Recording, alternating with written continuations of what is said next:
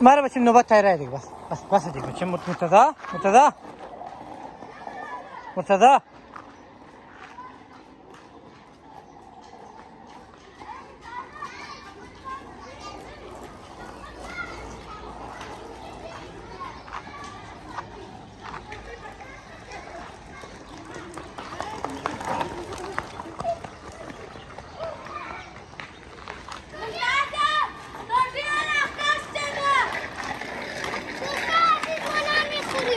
نه نشانه.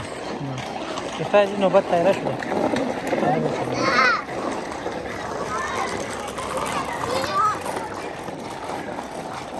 استاد دیگه طفلا خوب فاتر کشان تیره. دیگه رفیقایش خوب زیاد است. دوستایش خوب زیاد هستن. از مرتضی و تایره دیگه غلمغال و شرماشور هم داره. جنگای خردریزه هم داره.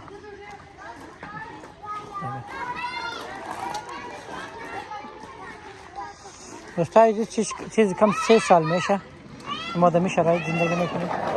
یکی طفلا نه درس داره نه مکتب داره. 3 سال طفلا روی مکتب ندیده. خدا کنه کارکای کلی بخیر سم شوه که بره بخیر در مقصد برسه. وادر دو دیگه خدا کنه که مشکلات های ما رفع شوه. ما مابین دی سرگردانی و انتظار بخیر خلاص شویم.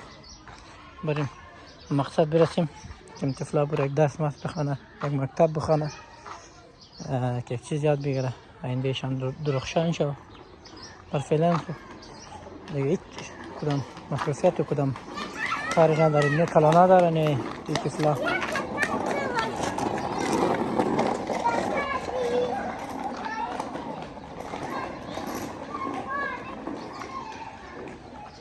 استایز وقت نانی ما شده. نان چاشت با دیگه بریم کلی رفت نان چاشت بخوره. یا میریم نان چاشت بخوریم بخیر. این مرتضی و مسیم آمد. پس آمد. چور پس آمدی؟ میریم مرتضی میریم نان خوردن؟ وقت نان است. بیا شما خودش بودوین. لا بودو تایرم خوب یاد گرفته. خوب راو شد. بیا تایره بیا پشت بیا. دور نرو تایره دور نرو. بیا مسی و مرتضی رفت. بیا تایره دور نرو. تایره دور.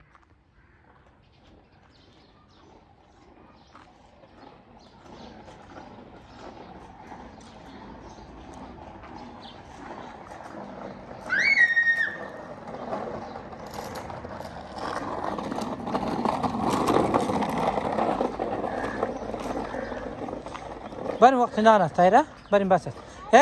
بریم وقت نان است. بریم بس است وقت نان است. بریم نان شروع شده. بریم وقت نان است. بریم.